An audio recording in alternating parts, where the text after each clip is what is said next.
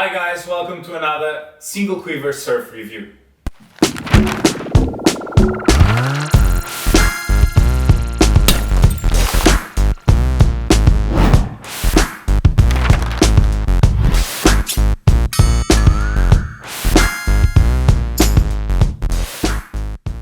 Today we're going to talk about the Inferno 72 model from Sharp Eye Surfboards.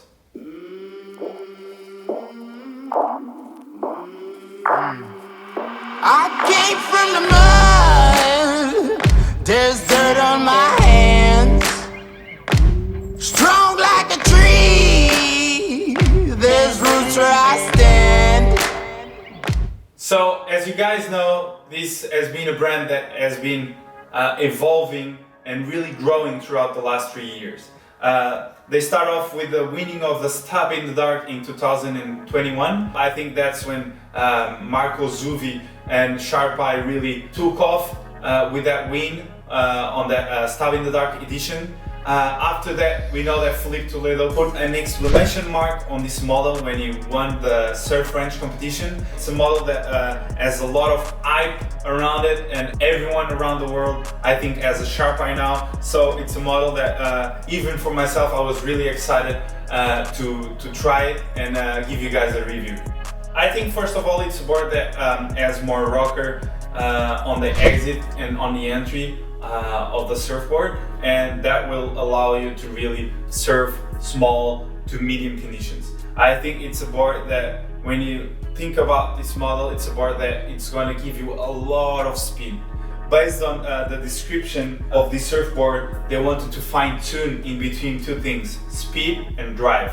One thing that Filipe Toledo has, it's both. So every time you see him stand up on a surfboard, he flies down the line. But every time he wants to apply pressure on the rail, he can do it. And Marco Zuvi really made a really good job on fine tune on a specific model like the Inferno 72. It's a tuned up version of the Disco Inferno from Sharp Eye Surfboards.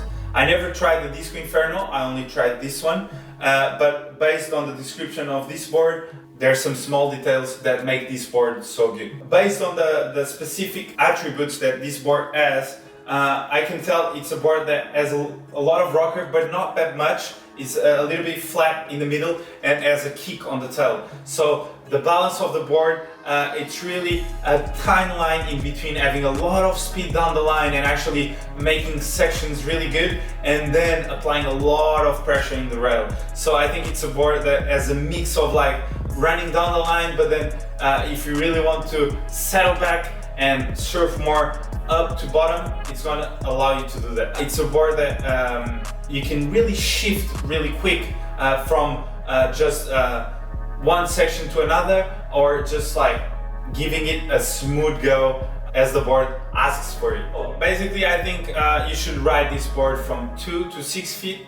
The board has great paddle, but nothing crazy. The main thing of this model is based on speed. I think speed 5 out of 5, paddle maybe 4 out of 5. Mobility, it's amazing too. It's a board that really shifts from rail to rail really quick. I rode this board with the FCS2 H4 model, the Thruster one. I know FCS2 has on quad also, but I think if you want to ride those fins, maybe ride it on the quad.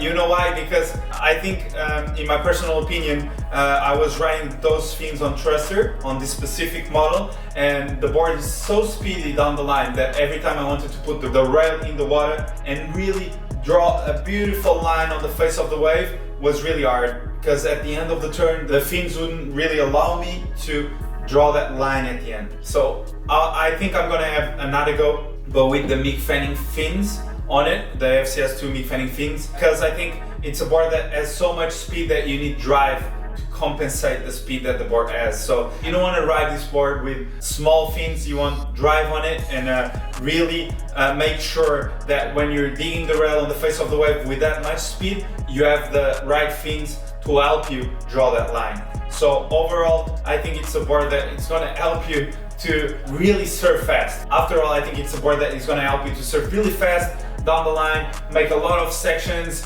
really surf any type of conditions. If it's 2 to 6 feet, you can surf like point breaks or even beach breaks on it because the board feels really good down the line.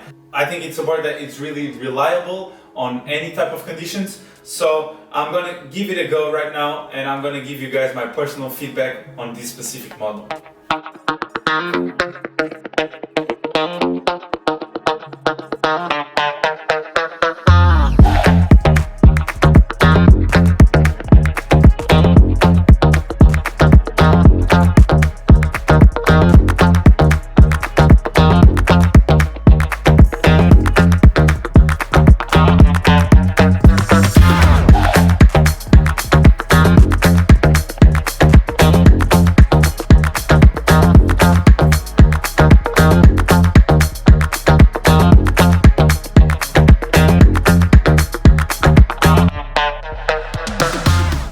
So my personal opinion of the Inferno 72 model.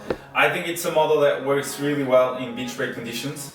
I know that if the wave it's really clean and down the line wave, the board is going to feel amazing. I had a couple of sections where I could feel the drive of the board. Every time I would put myself lower on the surfboard and really apply pressure on the rail throughout the maneuvers, the board was feeling like crazy. Every time I was surfing a bit more like relaxed or not really in tune with the wave, I didn't feel that great. But I think that comes from your attitude and really how you're feeling on the day you're surfing. Overall, what I've said before, a lot of speed, really helpful when I'm like racing behind a section. I felt I was never behind the section. Every time I really wanted to make sure I would pass around it, the board really helped me on it. After all, I didn't try much airs on it, but mostly I surfed on the rail and really just trying to fine tune on the wave, and the board felt really spicy, really whippy off the top, not as slidey as I thought it would be, but really drivey. I didn't felt the board really loose up top, but I felt the board really helpful throughout all the maneuvers. I felt a bit of whip on the turns, but not as loose as I thought. I think overall it's really well balanced because you can really whip it off the top quick, but you're not going to lose too much time. So it's going to be quick turn, and then it's going to allow you to transition really quick to another turn. So I think the in-between transitions from turn to turn is where the board stand out the most for me. Overall, I'm going to give it 8 out of 10 because the board felt really fast. I only had probably 2 or 3 surfs on it, but I could feel the intensity of this model. So it's a model that asks you to be fast, asks you to be precise, and really apply pressure when you need to. You don't need to be afraid of throwing turns with it. You just need to be aggressive and really enjoy the speed that the board gives you. Because every time you're gonna finish off a turn, you think, wow, now I need to generate more speed. But no, the board is there for you and it's gonna recover really fast from that turn. Overall, it's a board that is gonna allow you to have more time in between maneuvers because the board is gonna generate more and more speed from turn to turn.